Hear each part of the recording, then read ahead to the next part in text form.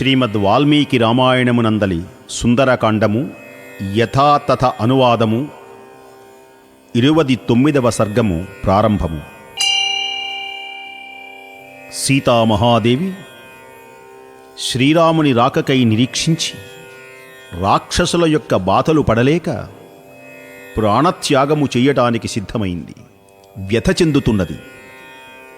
ఆ తల్లి దోషరహిత, కాని సంతోషము లేనిదై దైన్యముతో ఉండి ధైర్యము కోల్పోయిన ఆ శుభాంగిని భాగ్యశాలి కడకు ఆశ్రితులు చేరినట్లు శుభశకునములు చేరినై.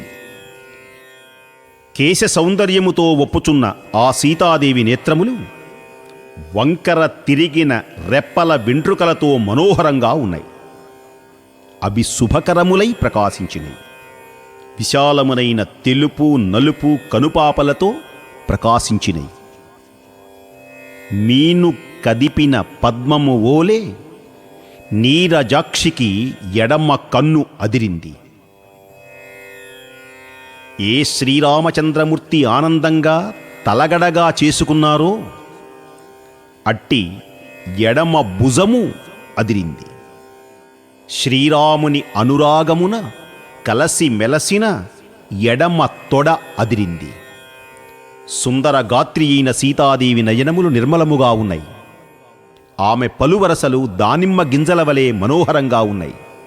ఆమె నిలబడి ఉండగా మంగళప్రదమైనది, బంగారు వన్నెకలది, పరాగముచే కొంచెము మలినమైనది అయిన వస్త్రము ఆ పైట కొద్దిగా జారింది.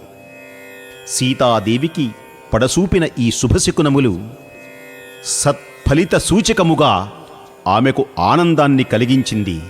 క్షణకాలం తనకు శుభములు కలగబోవుతున్నవని భావించింది. స్త్రీకి ఎడమ భాగము అదరటం శుభం. ఆమె కనుబొమ్మలు వికసించినై.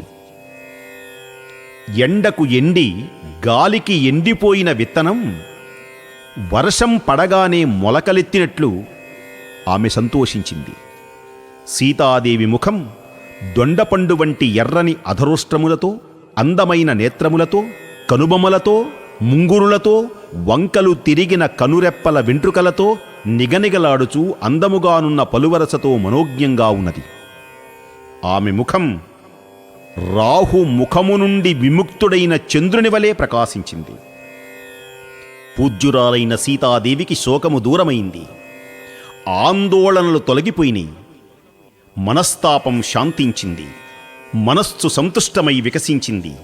సీతాదేవి ముఖం చంద్రోదయ వేళలో పండు వెన్నెలలో ప్రకాశించే శుక్లపక్ష రాత్రి వలె ప్రకాశించింది. ఇది శ్రీమద్ రామాయణమునందలి సుందరకాండము యథాతథ అనువాదము 29వ సర్గము సమాప్తము.